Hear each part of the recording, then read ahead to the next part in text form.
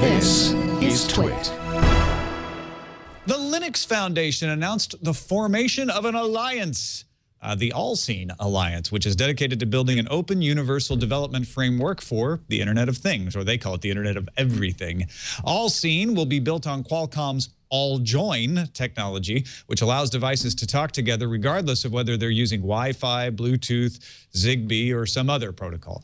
Qualcomm, LG, Panasonic, Haier, Silicon Image, and TP-Link are heading the initiative, and 17 other companies are community members. You know how Apple's always wanting you to enjoy free stuff? It's always just the companies like free things for everybody. Previously offered only in Canada and Europe, the 12 Days of Gifts app is now available to U.S. customers as well, where Apple hands out one free digital item for 12 days between December 26th and January 6th. Now, Apple won't say ahead of time what it offers until day of, but it covers music, apps, movies, things like that. The app is free, and for each daily offer, customers have 24 hours to download before it's replaced with the next day's gift. FireEye, a U.S. security firm, traced hacks of European foreign ministries to China. The attacks started in 2010 and are continuing. FireEye did not detail which ministries were targeted, but malware was sent to people working on G20 tasks. The hackers sent emails with attachments containing malware. FireEye says that 9 computers were compromised. Chromecast support has just arrived on 10 new apps, including Real Player. Google has promised the $35 video streaming stick will get apps in waves. This is the first one of them. Local file playback comes in various forms from Plex, that Real Player Cloud app, and Avia. Other apps are a podcast app called Beyond Pod, Washington Post TV music service, Songza, Red Bull TV, Discovery's Revision 3 is there. You can watch Petopia, maybe. Music video app, Vivo, and international TV service, Viki, are all available to stream to your Chromecast now.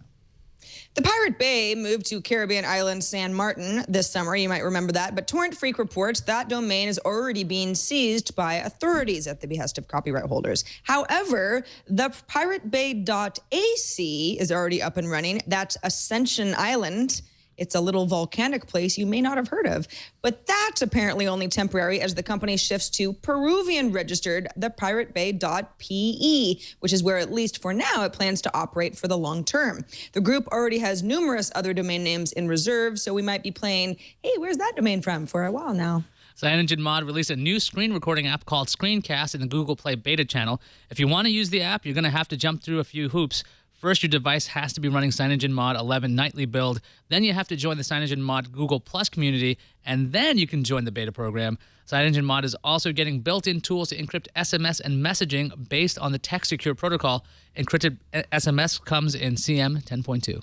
When Supersite's Paul Thurrott reports that Microsoft plans to bring the Start menu back as an option in the next major Windows release, rumored to be codenamed Threshold. Microsoft brought the Start button back in Windows 8.1. Mary Jo Foley on ZDNet reports Threshold will come in 3 flavors. There will be a modern consumer version built with just the tiled apps screen, and that will replace Windows RT. Possibly Windows Phone will get replaced by that as well. And then you'll get your traditional desktop version and your enterprise version. Nothing is official, but Foley says her sources say Threshold is due to arrive spring 2015. Developers of FreeBSD OS version 10.0 will no longer allow users to trust processors manufactured by Intel and VIA Technologies as the only source of random numbers needed to generate cryptographic keys.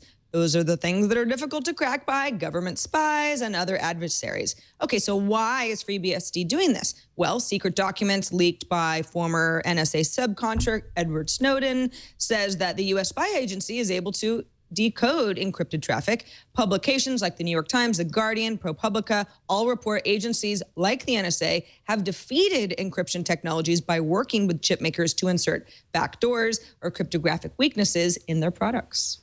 Qualcomm announced Monday it will make a 64-bit smartphone chip. The Snapdragon 410 will also include LTE capability and be aimed at low-cost phones in markets like China starting in the second half of 2014. 64-bit and LTE will become standard across Qualcomm's products, they say. And don't forget, Apple released its first smartphone with a 64-bit processor earlier this year.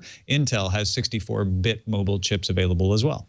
Facebook just hired NYU deep learning expert Yan LeCun, to head up its artificial intelligence lab. Now, LeCun developed a new machine learning method with AT&T and published a slew of technical papers on things like neural networks, pattern recognition, and handwriting recognition, just to name a few.